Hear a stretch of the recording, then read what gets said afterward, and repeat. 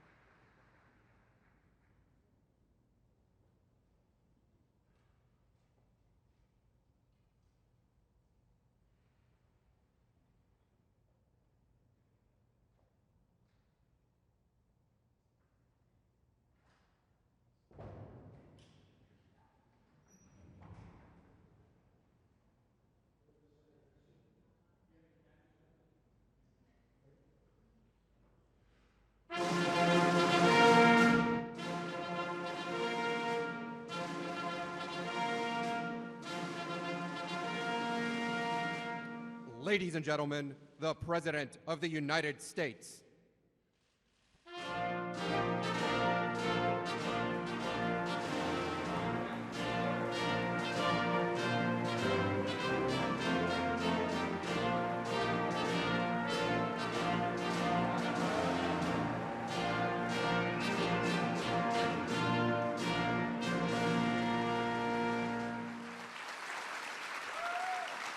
Well, thank you very much. Thank you.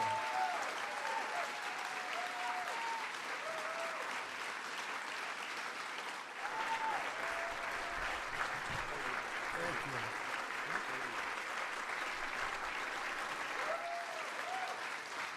Wow.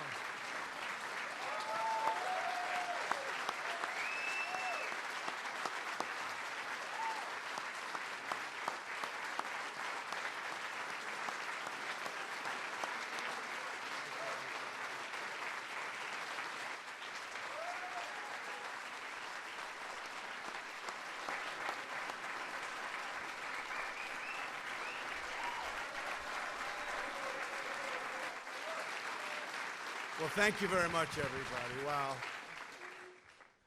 We've all been through a lot together, and we probably deserve that hand for all of us because it's been a very unfair situation. I invited some of our very good friends, and we have limited room, but everybody wanted to come. We kept it down to a minimum, and believe it or not, this is a minimum, but a tremendous thing was done over the last number of months, but really if you go back to it over the last number of years, we had the witch hunt. It started from the day we came down the elevator, myself and our future First Lady who's with us right now. Thank you, Melania.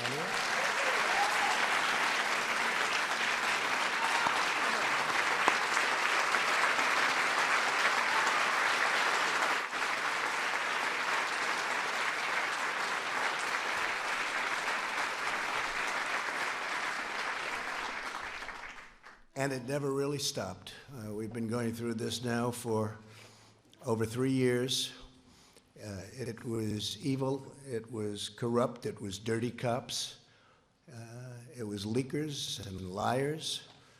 And this should never, ever happen to another president, ever. I don't know that other presidents would be able to take it. Some people said no, they wouldn't have. But I can tell you, at a minimum, you have to focus on this because it can get away very quickly. No matter who you have with you, it can get away very quickly. It was a disgrace. Had I not fired James Comey, who was a disaster, by the way, it's possible I wouldn't even be standing here right now. We caught him in the act. Dirty cops, bad people. If this happened to President Obama, a lot of people would have been in jail for a long time already, many, many years. I want to start by thanking some of, and I call them friends, because, you know, you develop friendships and relationships when you're in battle and war, much more so than, gee, let's have a normal situation. With all that we've gone through, we've done, I think, more than any president and administration. And really, I say, for the most part, Republican congressmen, congresswomen, and Republican senators. We've done more than any administration in the first few years. You look at all of the things we've done. I watched this morning as they tried to take credit for the stock market from, think of that. Let me tell you, if we didn't win, the stock market would have crashed. And the market was going up a lot before the election because it was looking like we had a good chance to win, and then went up tremendously from the time we won the election till the time we took office, which was November 8th to January 20th. And that's our credit, that's all our credit. And leading up to that point was our credit because there was hope. And one of the reasons the stock market's gone up so much in the last few days is people think we're doing so well. They liked the State of the Union speech.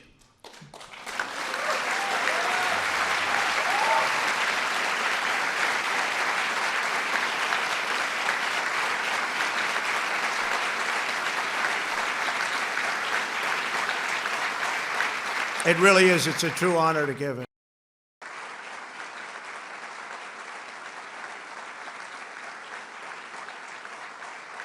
It really is. It's a true honor to give it. Making the State of the Union speech, I was with some people that have been around. They've been all over the world. And one of them said, highly sophisticated person, said, you know, no matter where you go in the world, it doesn't make any difference. There is nothing like what I witnessed tonight. The beauty, the majesty of the chamber, the power of the United States, the power of the people in this room. Really an amazing evening. I don't think there is anything like that anywhere in the world. You can go to any other country, you can go to any other location, any other place. It's the beauty of everything. It's what it represents and how it represents our country. I want to start by introducing some of the people that are here. I know some are going to be left out, but they work so hard. And this is really not a news conference. It's not a speech. It's not anything. It's just we're sort of, it's a celebration because we have something that just worked out. I mean, it worked out. We went through hell unfairly, did nothing wrong, did nothing wrong. I've done things wrong in my life, I will admit. Not purposely, but I've done things wrong. But this is what the end result is.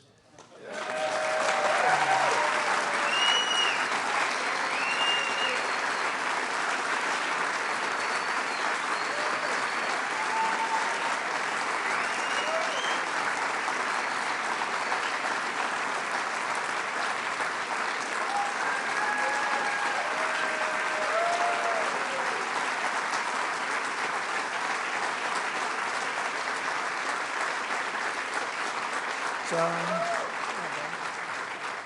you can take that home, honey. Maybe we'll frame it. It's the only good headline I've ever had in the Washington Post. I tell you. But every paper is the same. Does anybody have those papers? Does anybody have them? Because they're really like that, so I appreciate that. But some of the people here have been incredible warriors. They're warriors. And there's nothing from a legal standpoint. This is a political thing. And every time I'd say, this is unfair, let's go to court, they say, sir, you can't go to court. This is politics. And we were treated unbelievably unfairly. And you have to understand, we first went through Russia, Russia, Russia. It was all bullshit. We then went through the Mueller report. And they should have come back one day later. They didn't. They came back 2 years later, after lives were ruined, after people went bankrupt, after people lost all their money. People came to Washington to help other people. Bright-eyed and bushy-tailed, I say. They came, 1 or 2 or 3 people in particular, but many people. We had a rough campaign. It was nasty. It was one of the nastiest, they say. They say Andrew Jackson was always the nastiest campaign. They actually said we topped it. It was a nasty both in the primaries and in the election. But you see, we thought after the election it would stop, but it didn't stop. It just started. And tremendous corruption. Tremendous corruption. So we had a campaign. Little did we know we were running against some very, very bad and evil people with fake dossiers, with all of these horrible, dirty cops that took these dossiers and did bad things. They knew all about it. The FISA courts should be ashamed of themselves. It's a very tough thing. And then we ended up winning on Russia, Russia, Russia. It should have taken the one day, as I said, and it took years. Then Bob Mueller testified. That didn't work out so well for the other side. But they should have said that first week, because it came out. Is that right, Jim Jordan? They knew in the first 2 days, actually. Devin, is that right? 2 days, they knew that we were totally innocent. But they kept it going, Mark. They kept it going forever. Because they wanted to inflict political pain on somebody that had just won an election that to a lot of people was surprised. I mean, we had polls that said we were going to win. We had Los Angeles Times, and a few papers actually said we were going to win, but it was going to be close. And we did win. It was one of the greatest wins of all time. And they said, okay, he won. And, you know, I wrote this down because that was where a thing called the insurance policy, to me, when I saw the insurance policy, and that was done long before the election.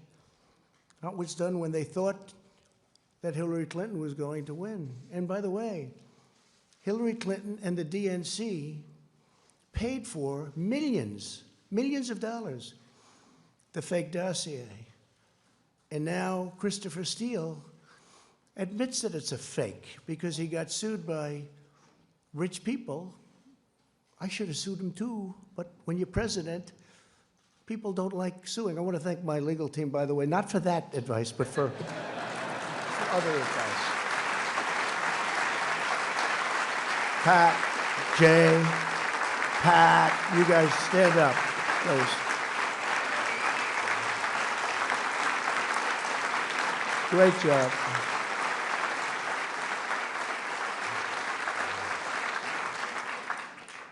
Right at the beginning, they said, sir, you have nothing to worry about. All of the facts are on your side.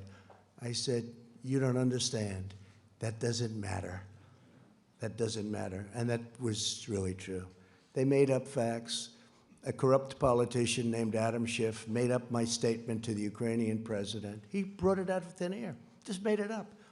They say he's a screenwriter, a failed screenwriter. He tried to go into, unfortunately, he went into politics after that. Remember, he said the statement, which is a mob statement, don't call me, I'll call you. I didn't say that.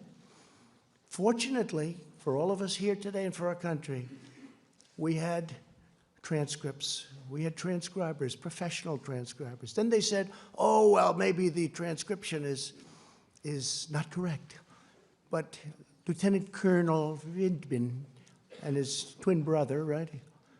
We had some people that really amazing. But we did everything. We said, what's wrong with it? Well, they didn't add this word or that. It didn't matter. I said, add it. They're probably wrong, but add it. So now everyone agrees that they were perfectly accurate. When you read those transcripts, Tim Scott, I don't know if Tim's here, but he said, sir, he's the first one to call me. Sir, I read the transcript. You did nothing wrong. And Mitch, he stayed there right from the beginning. He never changed. And Mitch McConnell, I want to tell you, you did a fantastic job.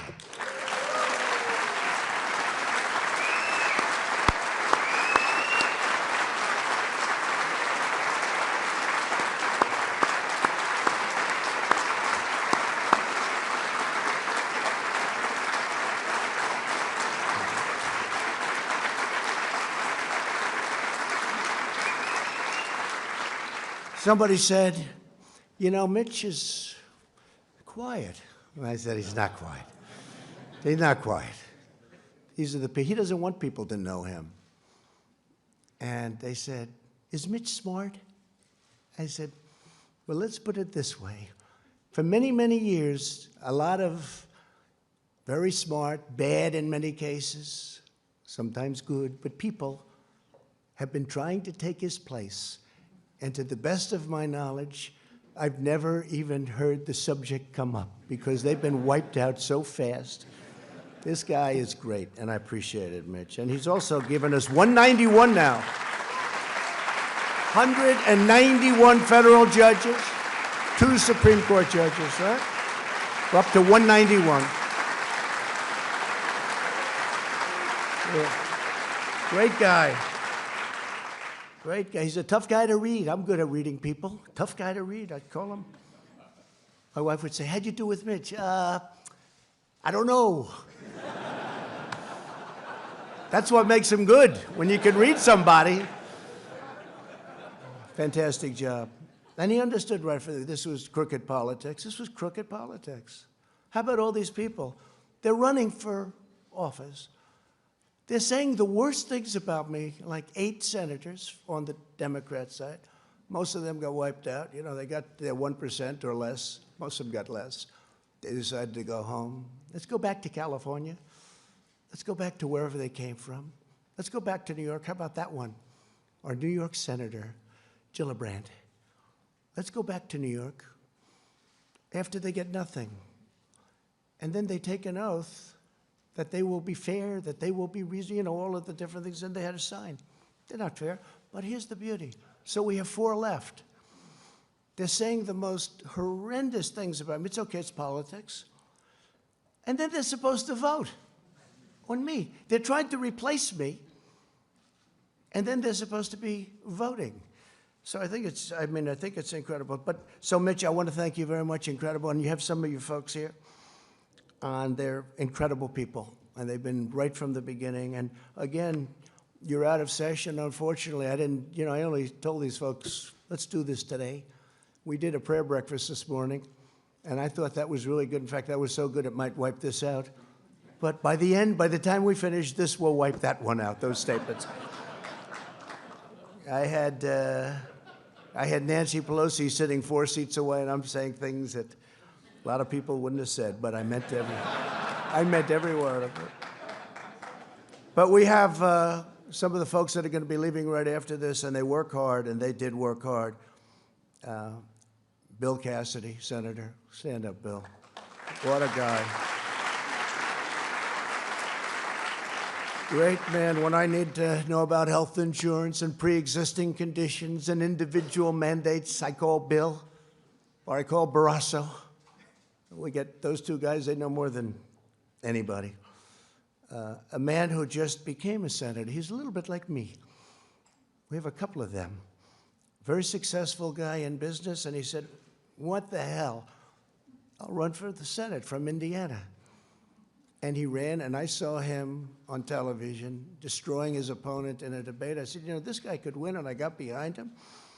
And Mike Braun, you have done some great job. Thank you very much. Tough. Thank you.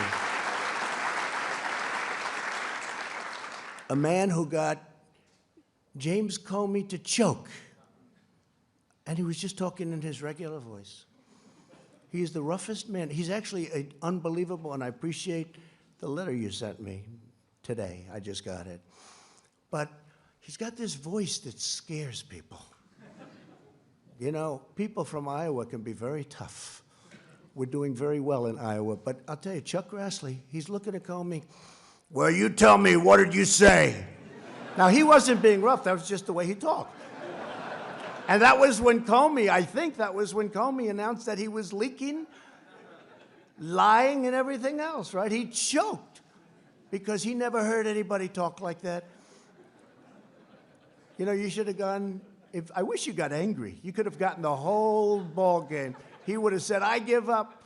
Chuck Grassley is an incredible guy.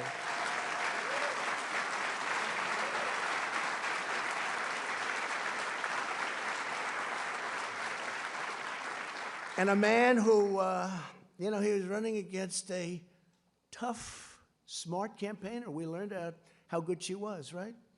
She was a great campaigner. In fact, by the end of the campaign, I thought she was more for me than you were, Josh. I was worried. I saw her ads. She was saying the greatest things about me. And you know who I'm talking about? And I went to a great place, Missouri, and I said, who do you have to beat her? And they said, well, we have 4 people. I said, let me see them. I got to interview people. Can you imagine? I'm interviewing people for the United States Senate. This is what I do.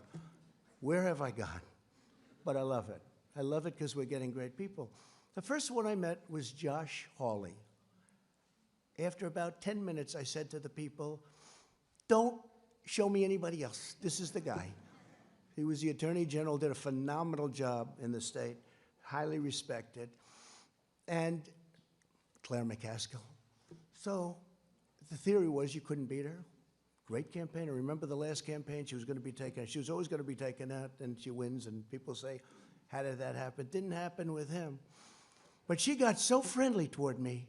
In fact, one of the ads I still have, I'm putting it in the archives as one of the best ads I've ever made. And she tried to convince people that we were best friends. But Josh ended up winning by 5 or 6 points. You were unbelievable. You were tough.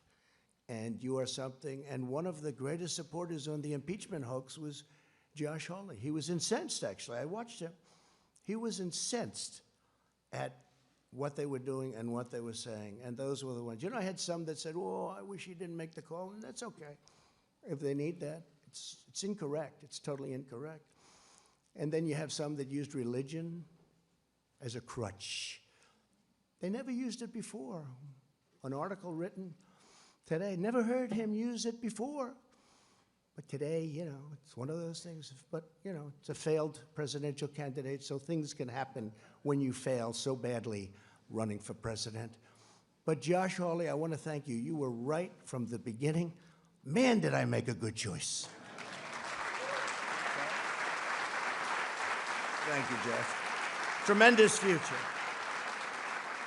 A man who is brilliant and who actually was deceived to an extent, comes from a great state, Utah, where my poll numbers have gone through the roof, and one of the senators' poll numbers, and not this one, went down big. You saw that? You saw that, Mike? But Mike Lee is a brilliant guy. He's difficult. Whenever I sign bills, you know, we do sign a lot of legislation it's big and it's powerful, but it's sort of everybody has to approve it. And I see 99 to 1. 99 to 1. I say, don't tell me who's the one. Is it Mike? Yes. And he always has a good reason for it, too, by the way. But he's incredible. And right at the beginning, he knew we were right, Mike. And I appreciate it very much. You're just fantastic. And say hello to the people of Utah and tell them, I'm sorry about Mitt Romney. I'm sorry. Okay? We can say that Mike Lee is by far the most popular senator from the state. But you've done a fantastic job, Mike, in many ways. In many ways. A young woman who I didn't know at all, but she's been so supportive, and I've had great support from other people in that state, and she's been so supportive, and she's been downright nasty and mean about the unfairness to the president. And Kelly Loeffler, I appreciate very much. Thank you. Great. She saw it very early on. And we have, I don't know if we have other senators here, but we got a hell of a lot of congressmen. I'll go over them quickly, but they have also been, you know, it helped when we won 197 to nothing. That's got to be a first, Kevin, right? Is that like a first? The Republicans have this image. See, I say Democrats are lousy politicians because they have lousy policy. Open borders, sanctuary cities, they have horrible policy. Who the hell can win? Oh, the new policy is raise taxes. They want to raise taxes. You know, all my life I wasn't in politics, but I'd say, if you're a politician, you want to say, we're going to lower taxes. They want to raise taxes. So they have open borders, sanctuary cities, raise everybody's taxes, get rid of everybody's health care, 180 million people in the United States, and they're really happy.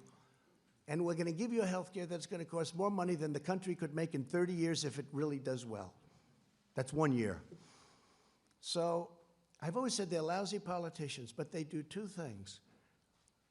They're vicious and mean. Vicious. These people are vicious. Adam Schiff is a vicious, horrible person. Nancy Pelosi is a horrible person. And she wanted to impeach a long time ago when she said, I pray for the president. I pray for the president. She doesn't pray. She may pray, but she prays for the opposite. But I doubt she prays at all. And these are vicious people. But they do two things. They stick together. Historically, I'm not talking now. They stick together like glue. That's how they impeached, because they had whatever the number is, 220 people. So if they don't lose anybody, they'll be able to impeach anybody. You could be George Washington. You could have just won the war, and they say, let's get him out of office. And they stuck together, and they're vicious as hell. And they'll probably come back for more, but maybe not, because the Republican Party's poll numbers, Mitch, have now gone up more than any time, I think, since 2004, 2005, and you know what happened then? But in normal times, decades, you would call it. That was a little unusual time. It was for a very short period. The Republicans Party's poll numbers and Donald Trump's poll numbers are the highest I've ever had there. So maybe they won't. It's no way to get your poll numbers up. It's not worth it. Because from my family standpoint, it's been very unfair for my family. It's been very unfair to the country. Think of it, a phone call, a very good phone call. I know bad phone calls. This is a phone call where many people, I think Mike Pompeo was probably on the call. Where's Mike? Mike Pompeo was on the call. Many people were on the call. I know that many people. They even have apprenti, bringing up an old favorite word of mine, the apprentice. They have apprenti. They have people on these calls. And I know there are many, when I speak to the head of a nation, and they have many people on. I mean, also, do you think they're just, in the case of Ukraine, he's a new president. He seems like a very nice person, by the way. His whole thing was corruption. He's going to stop corruption. We even have a treaty, 2001, 1999. It's a treaty, signed treaty, that we will work together to root out corruption in Ukraine. I probably have a legal obligation, Mr. Attorney, to report corruption. But they don't think it's corrupt when a son that made no money, that got thrown out of the military, that had no money at all, is working for $3 million up front, $83,000 a month, and that's only Ukraine. Then goes to China, picks up $1.5 billion. Then goes to Romania, I hear, and many other countries. They think that's okay. Because if it is Ivanka in the audience? Is Ivanka here? Boy, my kids could make a fortune. They could make a fortune. It's corrupt. But it's not even that. It's just general corruption. And the other thing is mentioned in the call, and something that I've told Mike Pence, our great vice president, I would tell him all the time. And I told him when he went on the trip, because he was over there. He never mentioned anything about this when you had your meeting. It's a terrible thing. But I told Mike, I said, Mike, we're giving them money, and, you know, you're always torn about that, because we have our country to build, we have our cities to build, and our roads to fix. But we're giving them money. Tell me, why isn't Germany paying money? Why isn't France? Why isn't United Kingdom paying money? Why aren't they paying money? Why are we paying the money? Is that a correct statement, Mike? I say, find out what the hell's going on. And I told that to all of my people, OMB. I said, I asked that question. How much is Germany paying? Why isn't Germany paying? Why is the United States always the sucker? Because we're a bunch of suckers. But that's turning around fast. But it makes it harder when stuff like this happens, because you want to focus, and you want to focus perfectly. Think what we could have done if the same energy was put into infrastructure, prescription drug prices. Think of what we could have done. And I'm now talking both sides. Think of what we could have done if we had the same genius, because it's genius. I will say, it's genius on the other side. Maybe even more so, because they took nothing and brought me to a final vote of impeachment. That's a very ugly word to me. It's a very dark word, very ugly. They took nothing. They took a phone call that was a totally appropriate call. I call it a perfect call, because it was. And they brought me to the final stages of impeachment. But now we have that gorgeous word. I never thought a word would sound so good. It's called total acquittal.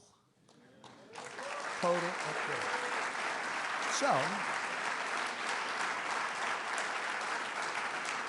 So I want to, if I could real fast, just introduce a few of the people. I have to start with Kevin. Man, did you do a job.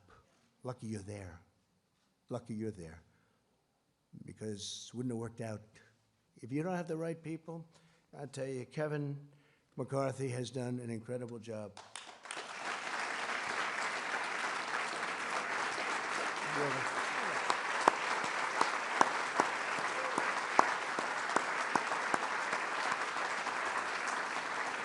And he loves his job, and he loves his country. Tell you what, Mitch and Kevin, they love what they do. Now, Mitch wouldn't even tell you he liked it. Say, Mitch, do you like it? I don't know. He's the greatest poker player, right? Kevin will say, I love it, right? And I will say that you're going to be Speaker of the House because of this impeachment hoax. I really believe it. I really believe it. And I'm going to work hard on it. I'm going to try and get out to those Trump areas that we won by a lot. And you know, in 18, we didn't win. We just won 2 seats in North Carolina, 2 wonderful seats in North Carolina that were not supposed to be won. But I went and I made speeches and we had rallies and we did a great job and we won. We took 2 seats. Nobody writes about that. If we lost them, it would have been the biggest story of the year. But we're going to go. We're going to do a job. And we're going to win a lot of seats. We're going to win a lot of seats. People are very angry that Nancy Pelosi and all of these guys, I mean, Nadler, I know him much of my life. He's fought me in New York for 25 years. I always beat him. And I had to beat him another time. And I'll probably have to beat him again. Because if they find that I happen to walk across the street and maybe go against a light or something, let's impeach him. So we'll probably have to do it again because these people have gone stone cold crazy. But I've beaten them all my life. And I'll beat them again if I have to. But what they're doing is very unfair. Very unfair. So Kevin McCarthy has been great. So a few names, right? And there'll be a few you forget. If you want, you can raise and I'll say, great, love to have you, wonderful. But we're going to do the best we can. And I have my cabinet, but my cabinet's different. I appoint them, okay? I didn't see all of them helping so much. You know, they were running their various bureaucracies, right? Now, my cabinet's great, and they're all here. But today is the day to celebrate these great warriors, right? These are great warriors. They really fought hard for us. And so I'll start Kelly Armstrong, North Dakota. Kelly, thank you. Great job. Great job. Jim Banks of Indiana. Jim, thank you, great job. Andy Biggs, where's Andy? Boy, oh boy, Andy. There's a guy, he's tough. I hear we're doing well in Arizona, huh? It's going good, yeah? I think so. I think I saw a poll that was very good. For me, I think we have to make sure Martha's going to do, I think Martha's going to do good. But we have some states that are going to be not easy, but Arizona's been great. And we're stopping illegal aliens from coming in. We're putting up walls. New Mexico, too, a state that's never been in play for Republicans, is totally in play, right? Nevada's really looking good. We're doing well. We're doing well. We're going to have a great, there's more spirit, I will say this. There's more spirit now for the Republican Party, by far, than the Democrats. You know, Mike Pence just got back from a place, a beautiful place that Chuck Grassley knows well, Iowa. And he was talking about this fiasco, the Democrats. They can't count some simple votes, and yet they want to take over your healthcare system. Think of that. No, think of that. But we also had an election out there, and we got 98% of the vote. We have 2 people running, you know, and I guess they consider them non-people, but they are running. I mean, one was a governor, one was a congressman. They're running. We've got 98% of the vote. And everybody from the media was saying, who are those crowds over there? You know, they expect it to be one of these competitive where everybody's running because they want to win, they want to win. And it was Trump, right, Mark Meadows? It was Trump. This was a Trump crowd. And actually a lot of my guys went there. They went to Iowa, and a lot of friends went there, and we had tremendous, they say the spirit for the Republican Party right now is stronger, I think, than it's ever been in the history of our country. I think it's stronger than it's ever been. And that includes honest Abe Lincoln. You know, a lot of people forget Abe Lincoln. I wish he were here. I'd give him one hell of an introduction. Right? But he was a Republican. Abe Lincoln, honest Abe. Bradley Byrne, Alabama. What a great place. Thank you, Bradley.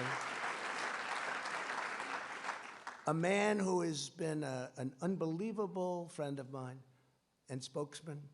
and somebody that I really like. And I know, Kelly, you're going to end up liking him a lot. Something's going to happen that's going to be very good. I don't know. I haven't figured it out yet. But Doug Collins, where is he? Where is Doug? You have been so great. Thank you very much, Doug. Thank you very much. Yeah, thank you. Really amazing job.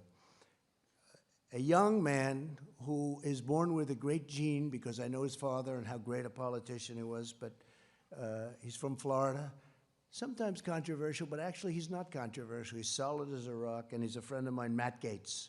Matt? Thank you, Matt. Thank you. Great job. All right, this guy. So he's the NCAA, meaning a couple of years ago when he was in college, wrestling champion.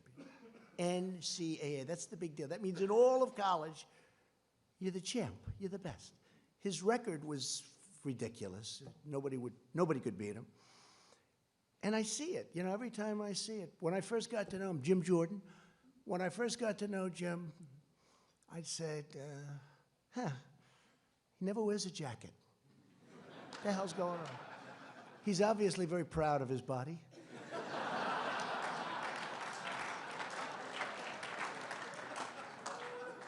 And they say where he works out, you know, with the congressmen, senators, they work out, they say when Jim works out, even though he's not as young as he was, but he works out, the machine starts burning down. You know, it's just a different form of a workout than us, right, Sonny? And there he is. Look at that guy. But one day I'm looking, and he looks tough, and I'm looking at those ears. And I say, those ears have something going on there. I said, did you ever wrestle? Yeah, I did. But he doesn't talk. But I checked. This guy was a champion, top wrestler. And when I had I had all of the teams. And by the way, your Super Bowl champions are coming, I think next week or soon, very soon. And every one of them want to be here. And the coach loves us. The coach is great, Andy Reid. And every one of them want to be here. We have, people love it. But we had all of the NCAA championship teams here. They had the golf, the basketball, they had every team here. And one of the teams was wrestling. The wrestling team was that Penn State. And Penn State won the title. They have a great team. And I walked up with Jim, and it's like I didn't exist. Those wrestlers, they grabbed him. They love Jim Jordan, and we love you too, because you are some warrior.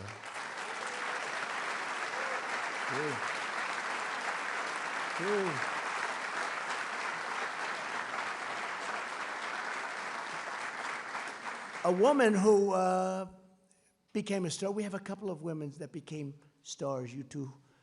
And I always liked the name of her, you know, I liked the name, Lesko. I liked it.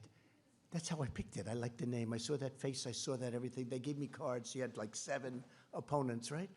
And you have no idea how much the public appreciates, how smart, how sharp you are. This I can't tell. Can't tell.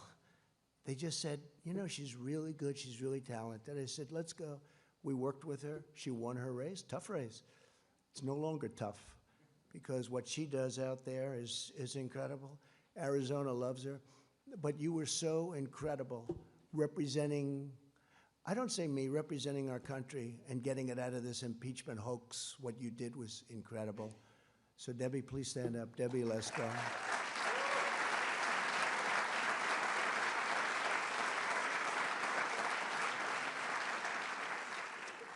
A man who I became very friendly with. I don't know why. You ever have where, I'll ask the media, certain people call, you take their calls. Other people call, if they don't have information, they won't take anybody's call. But other people call, and you don't. This is a guy, he's just a very special guy. His wife, I actually like better than him, to be honest. Because he doesn't know that I know that he didn't actually support me right from the beginning, but she did. And on my worst day, right? On my worst day, my worst, I won't tell you why it was my worst, but it was not one of those good days.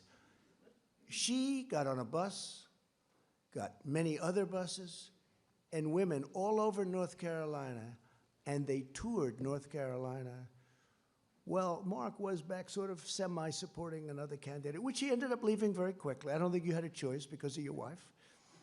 But thank her. And Mark Meadows, he's an extraordinary guy. I mean, the only problem is I guess he's announcing, he'd only win by 40 points, but he's announcing that he'll be not running this time.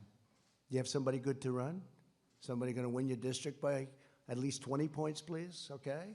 But he's a tremendously talented man, not just as a politician. As a human being, he's incredible. And during these horrible times, I mean, the way he worked, and Jim and all of you guys, the way they worked was so, it was like their life was at stake. So many. Ron DeSantis is another one. He worked so hard. Then he called me, he said, "Sir, I'd like to run for governor." He said, "Governor? I don't want you to run. I like you staying." "No, I want to run for governor." And I said, "Well, if you have to, I'd like your support." I said, "How can I support you? You're at 3. He was at 3. He had no money. Somebody else was at 38, and they had 22 million cash, right? I said, "Look, if it's important, I'll do it," because he's been another great warrior. And he's, by the way, he ran. I endorsed him. His numbers went through the roof. The man who we beat, who was expected to win easily, called me after the race. He said, "You endorsed him, and it was like a nuclear bomb went off. There was nothing I could do." He never even spent his money. He saved it. But Ron DeSantis is another one. And now he's the governor of Florida. And by the way, he's a great governor. He's a very popular governor. His numbers are in the 70s, and he's done a great job. But Mark, I want to thank you very much. Fantastic job. Thank you very much. Mark Meadows. And Mike Johnson of Louisiana. Where's Mike? Central Casting, what a job. You can represent me anytime. You can represent me anytime. Thank you. What a job you've done. Thank you, Mike. And a man nobody's ever heard of except the other side. He's the other side's worst nightmare. This guy goes down into dungeons and basements. He'll find a document no matter what. He's the most legitimate human being. He's the hardest worker. He's unbelievable. He took tremendous abuse. The media and, you know, the other side and the bad ones, the leakers, the liars, the dirty cops, they wanted to destroy him. They tried. They got close, but he wouldn't let it happen. And honestly, in a certain way, he was the first one. Wouldn't you say, Jim and Mark and everything? This was the first guy. He came out of nowhere. He's saying, these people are corrupt. He's still saying it. And he was unbelievable. Devin Nunes, he was unbelievable. Unbelievable.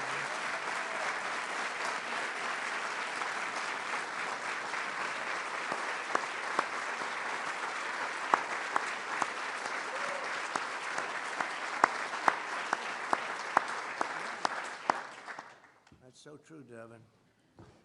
He'd come in and say, I didn't even know him.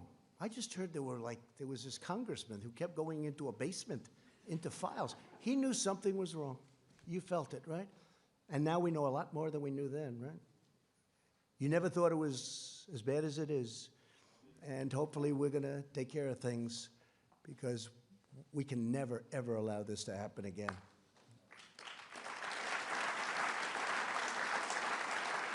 Scott Perry of Pennsylvania. Scott, thank you. Thank you, Scott. Really great. And you're doing very well over there, by the way. Just so your numbers.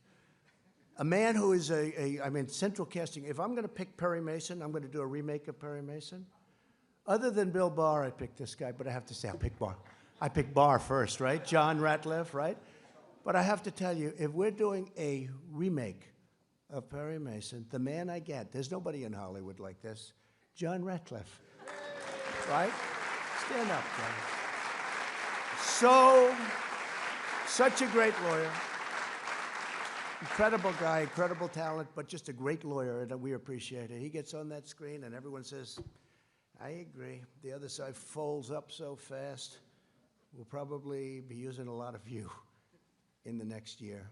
But you have been fantastic, John. We appreciate it. Thank you very much. A man who's braver than me and braver than all of us in this room. He got whacked. He got whacked. my Steve, right? I went to the hospital with our great First Lady that night, right, honey? And we saw a man that was not going to make it.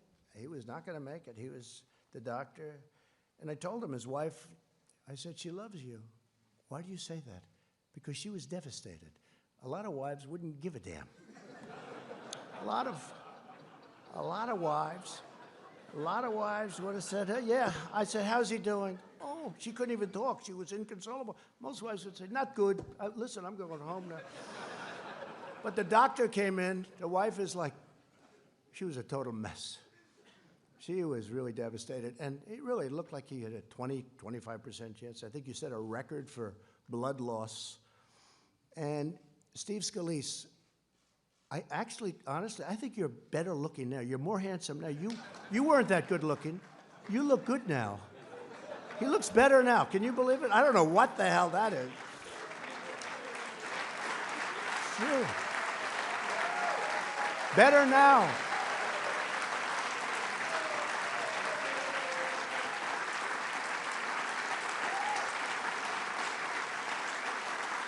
What a guy. And he was practicing. He was practicing for the baseball game against, I guess, the Democrats, right? And this whack job started shooting, hurt Rogers. I don't know if Rogers is here, but hurt a number of people, hit him, but really hit Steve. Steve was at second base. He was the second baseman. And he went down, and it was terrible. I mean, I saw the whole thing, and it was terrible. Unfortunately, you had two brave policemen with you because of your high position in Congress. You had two policemen, and they were amazing. The man and the woman. And they came, and they didn't have rifles. They were against supposedly a pretty good sharpshooter with rifles, good equipment, and all they had was a gun. And they started coming in from the outfield shooting. And they're so far away that a handgun is not preferred. This guy has the rifle, and he's hitting people, and he was going to move up, and there was no out. I mean, if he would have been able to move up, there was no way to get out. The entrance was a single entrance way on the other side where he was.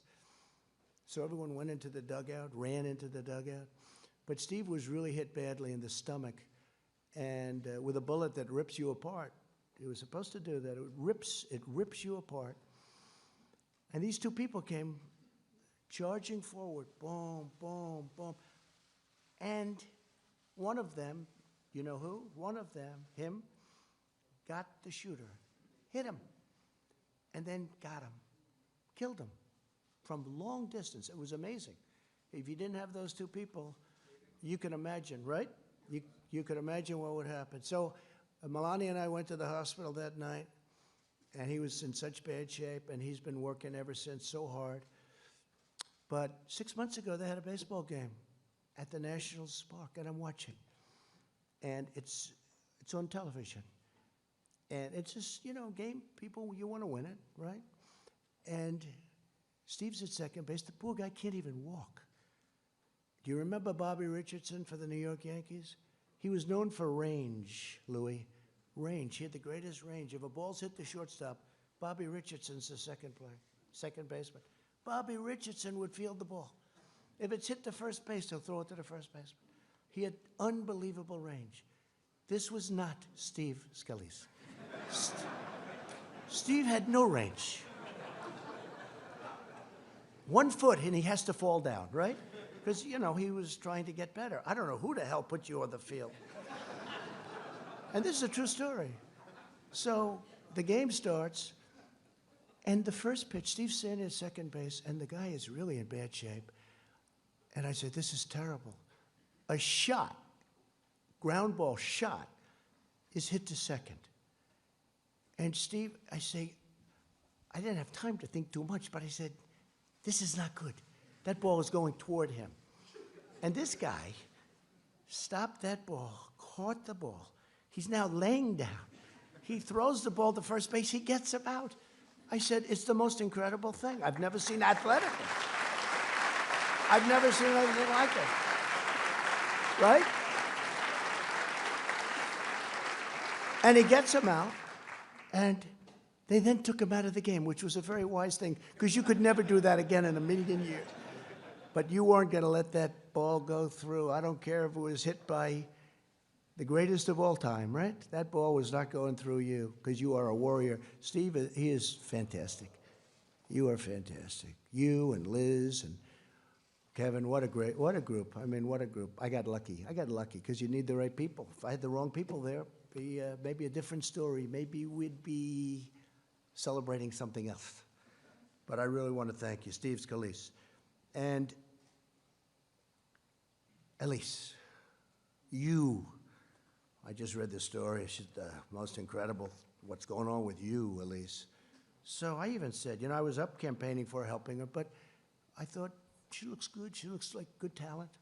But did I not realize when she opens that mouth, you were killing them, Elise. You were killing them.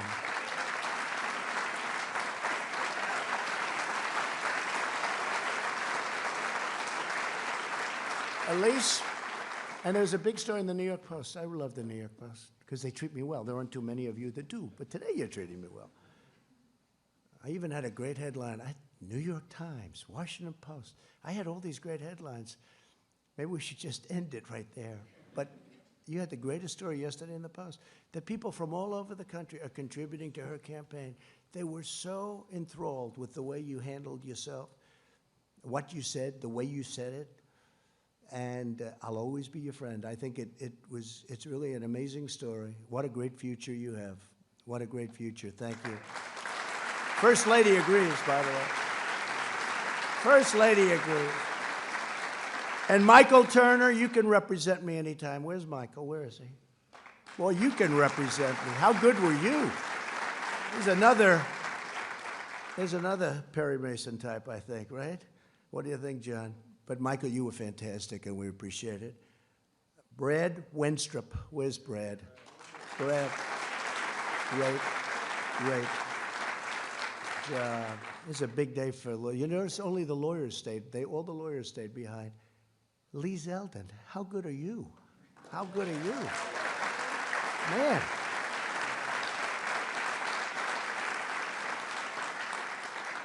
And Louis, your name's not down. They didn't give me your name.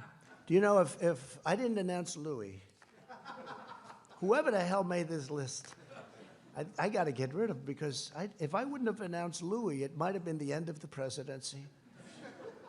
Louis, you have been so great, so tough, and so smart. I got it. But Louis has been amazing. He's a tough guy. He's a smart guy. He's streetwise like crazy. We love Texas. And we're with you all the way, Louis. We're with you all the way. Thank you very much.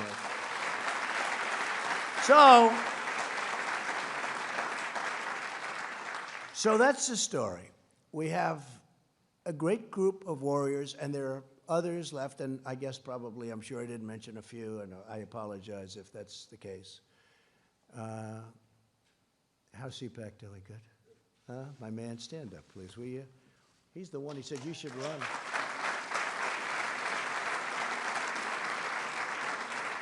Right? Matt said, it's like 5 years ago, 6 years ago, and I made a speech, and then they do some kind of a straw poll. Who made the best speech? And he said, I made the best speech. Oh, with all these professional, I hate to say this, with all these professional politicians, they voted by far the best speech was Trump. He calls me, he says, you should run for politics. I say, what do I know about politics? But you know what? We learned quickly, and our country has never done better than it's doing right now. So it's pretty good. But thank you, Matt. Great. Say hello. So that's the story. We've been treated very unfairly. Fortunately, we have great men and women that came to our defense. If we didn't, this would have been a horrific incident for our country. When you have Lisa and Peter, the lovers, the FBI lovers, I want to believe the path you threw out for Deputy Director Andrew McCabe. That's the office. There's no way he gets elected, meaning me. There's no way he gets elected. This is Peter to Lisa. He's probably trying to impress her for obvious reasons. There's no way he gets elected. But I'm afraid we can't take the risk. Now think of this. In other words, if I get elected. Two lowlifes, they can't take the risk. They can't take the risk. Think of it. And that's where it came up, the greatest word of all, insurance policy. So he says, but I'm afraid we can't take the risk. She may lose. It's like an insurance policy. In the unlikely event you die before you're 40. In other words, if I won, they were going to do exactly what they did to us. They were going to try and overthrow the government of the United States, a duly elected president. And if I didn't fire James Comey, we would have never found this stuff. Because when I fired that sleazebag, all hell broke out. They were ratting on each other. They were running for the hills. Let's see what happens. Let's see what happens. It's in the hands of some very talented people. We're going to have to see what happens. But I can tell you, in my opinion, these are the crookedest, most dishonest, dirtiest people I've ever seen. They said, this is struck. God, Hillary should win 100 million to 1. This is about me. This is an agent from the FBI. Look how they let her off. 33,000 emails deleted. Nothing happens to her. Nothing happens. It's unbelievable. But think of that, God, Hillary should win. When these guys are investigating Hillary. Then they go to work for Mueller, the two of them. And when Mueller found out that everybody knew that they were 100% this way, he let them go. But they deleted all of their emails and text messages. So when we got the phone, they were all deleted. Could you imagine the treasure trove? They illegally deleted. So they left Bob Mueller. He had the look, but he didn't have a lot of other things. Always had the look, Mr. G-Man. And I love the FBI, and the FBI loves me, 99%. It was the top scum, and the FBI people don't like the top scum. So think of that, 100 million to 1, and he's investigating me. And then, God, Trump is a loathsome human being, isn't he? These are the people looking at me. I'm really not a bad person. And Page said, yes, he's awful. How would you like to have that? This is the good stuff. This stuff 100 times worse than that. These are all dirty people. And now, I just heard that they're suing the United States of America because they were interfered with. Not going to let it happen. Just not going to let it happen. We cannot let this happen to our country. Can't. So I'm going to leave now, and I don't know if any of you have anything to say. You could say it, but this is sort of a day of celebration because we went through hell, and I'm sure that Pelosi and Crying Chuck, I've known this guy all the time. The only time I ever saw him cry was when it was appropriate. Known him for a long time, Crying Chuck. But I'm sure they'll try and cook up other things. They'll go through the state of New York. They'll go through other places. They'll do whatever they can. Because instead of wanting to heal our country and fix our country, all they want to do, in my opinion, it's almost like they want to destroy our country. We can't let it happen. Jim Jordan, did you want to say something? Go ahead. Huh? Mark? I want to just say that this reflection today is a small reflection of the kind of support you have all across the country. We've got your back. Thank you. Thank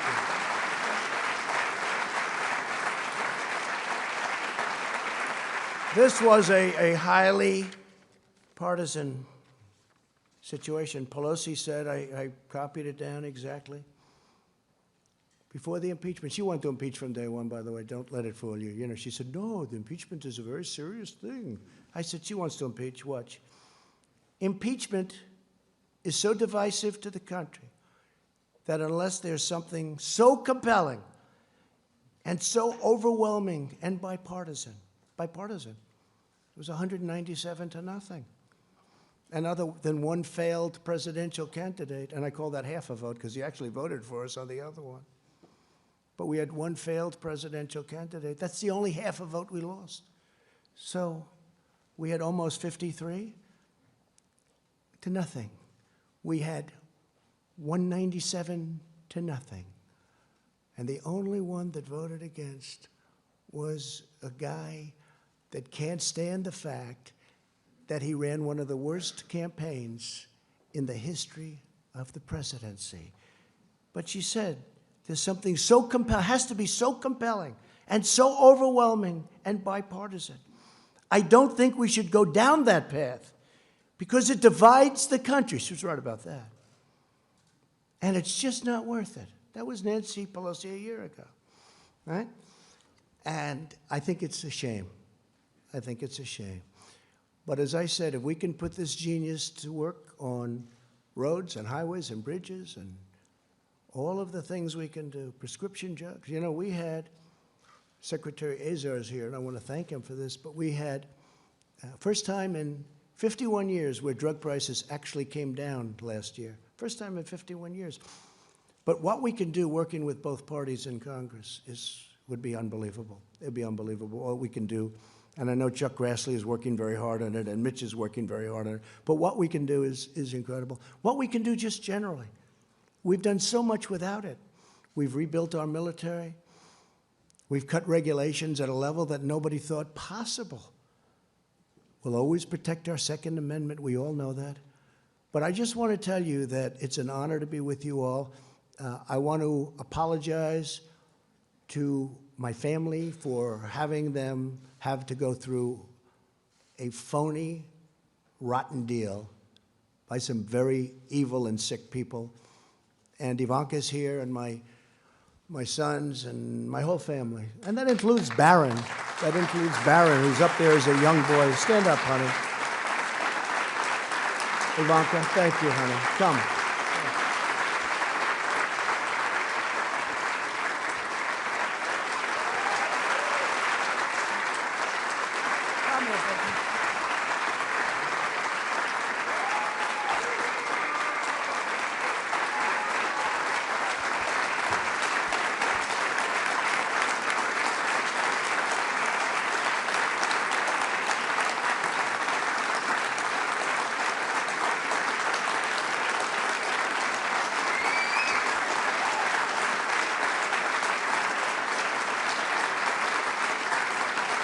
So I just want to thank my family for sticking through it. This was not part of the deal. I was going to run for president, and if I won, I was going to do a great job. I didn't know that I was going to run, and then when I got in, I was going to have to run again and again and again. Every week I had to run again. That wasn't the deal, but they stuck with me. And I'm so glad I did it because we are making progress and doing things for our great people that everybody said couldn't be done. Our country is thriving. Our country is just respected again. And it's an honor to be with the people in this room. Thank you very much, everybody. Thank you. Thank you very much. Thank you.